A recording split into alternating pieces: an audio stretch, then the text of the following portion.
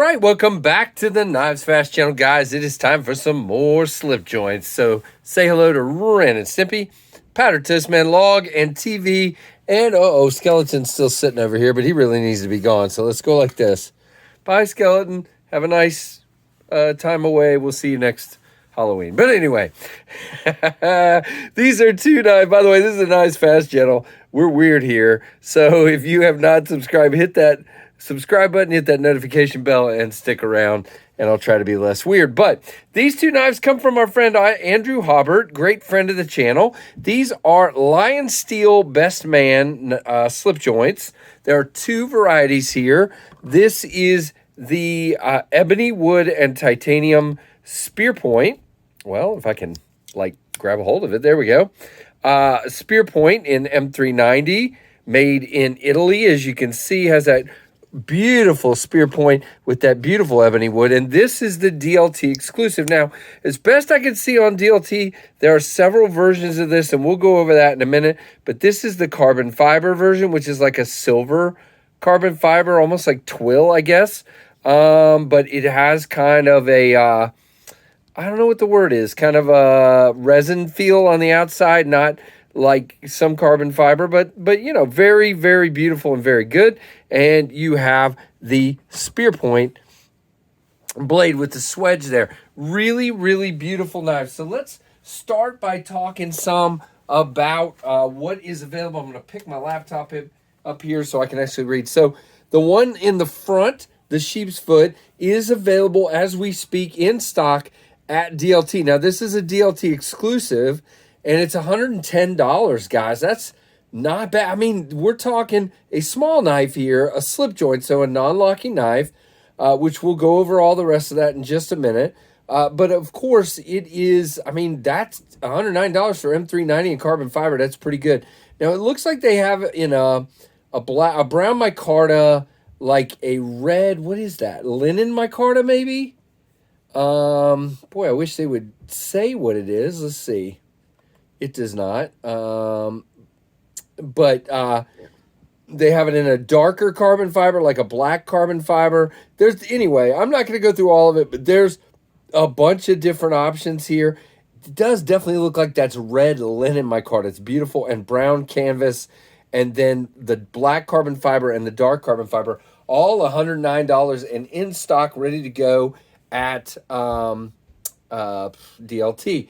Now, the only place I could find this ebony one with the titanium bolsters with the single flute there is at collectorknives.net. Collectorknives.net, $139 with M390, and yeah, beautiful with that ebony wood. Just really, really dig that. So way, way cool. Very, very nicely done. So let's talk specs real quick. Let's. I think they're going to be about the same, but we'll do them anyway. This way, DLT one is 6.7 inches. The closed length is 3.78 inches. The blade thickness is 3 millimeters, so 0.1 of an inch, 0.10, I guess you'd say. Again, M390 sheep's foot, 2.1 ounces. And then let's just see, out of curiosity, the spear point is listed as a closed length of 3 3/4. The weight is 2.35, and I was looking for the open overall 6 11/16 of an inch. So that's what they're listed at. Now let's just talk about what you guys want to hear, which is about the knife itself. So if you got a nice sharpening choil here, really sharp plunge, so that's great. You have a swedge here, all the way up, full flat grind. This one is dead center. Now, what I think is cool about these in both cases is your back spring is actually crowned, and so are, focus, the liners. Isn't that cool? So it gives it just this extra little. Now, you do see a little bit of gapping, come on, up here, but not bad, just a little bit. It's really beautiful, kind of gives it a different idea. Nice chamfering on the edges of the carbon fiber, really great. The finishing of the blade is crowned. I mean, just so good. You've got long pull on both sides, and Action-wise, I'd call this like a 5 to 5.5. Yeah, 5 to 5.5 is exactly what I would call it. Still very snappy sounding. Again, not gonna, unless you're just going crazy up here. I mean, it moves, but it's not gonna just close on you. Really, really nice. That's that one. And let's just see if this one feels any different. Again, crowning on the liners. That is just crazy craftsmanship. Crowning on the liners, crowning on the blade, crowning on the backspacer. It just gives it this really slick look. You've got this great swedging here. Again, same thing on the plunge. Dead center once again. Long pulls back towards the back, of course, on this one, simply because you've got so much more swedging. That ebony wood is finished so well. Everything is chamfered. I love the pivot look on this one. This one actually has the same pivot, but again, it looks a little different with that carbon fiber. And in this case, you've got it on both the back and the front, which is really cool. You've got fluting here. The screws are totally hidden, not hidden, countersunk. Really nice. Now, let's see. And by the way, stop pin is what we're using at the bottom there. There you go. No signs of any kind of, blade wrap, or there's signs of me using these. That's for sure. So you've got nice walk and talk again. I would say this one's 5.5. Yeah, 5.5 is what I would go for. There might be a 6 on that. That second leg right there might be close to 6. But really, really nicely done. Let's do some comparisons here so you guys can see. Now, we're going to do a couple of different things here, just because I would kind of put these into the more modern slip joints. So let's start with what's going to be a lot bigger here, but let's just start with this guy and the Ohio River Jack. So you can see the Ohio River Jack has a taller handle. There's a nice curve to the Lionsteel that they're, obviously nice and straight here. Blades are very similar size-wise, but taller on the Ohio River Jack. Now, we're going to look at thickness here, and you can tell right off that the Lionsteel is much thinner, both in the blade stock and the handle. All right. Let's see. Let's, while we're at it, another spear point. Let's put the Jack Wolf Vampire Jack out here. They're going to be roughly the same size.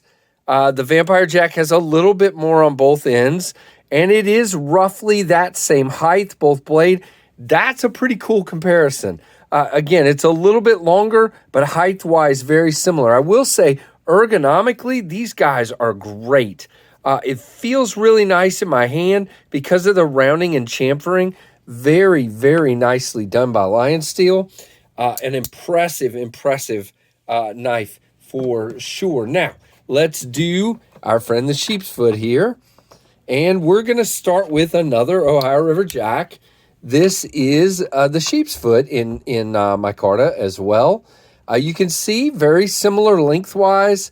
But again, the Ohio River Jack is taller. Very similar, though. Similar overall. So if you, it's up to you. That's which one you might prefer. Let's see. Putting some stuff away here. And last comparison is the laid-back Jack. I don't know why I gave you... Anyway, this is a Warncliffe, not a spear point. I don't know what I'm doing. Not a sheep's foot. I pulled out the wrong thing, guys. And that's because I'm crazy. So we'll leave that up there because it's a good size comparison. And I know the laid-back Jack was very popular. There is the Midnight Jack. So that, again, 3 really nice comparisons to each other, height-wise. And obviously this is a crud. What's the name of this, Casey? Anyway,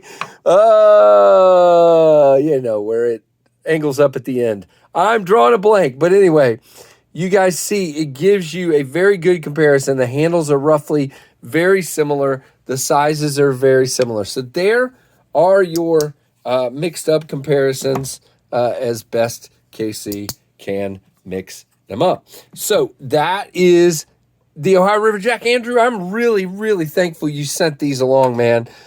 These were fun to check out. I don't know if you saw on Instagram or not.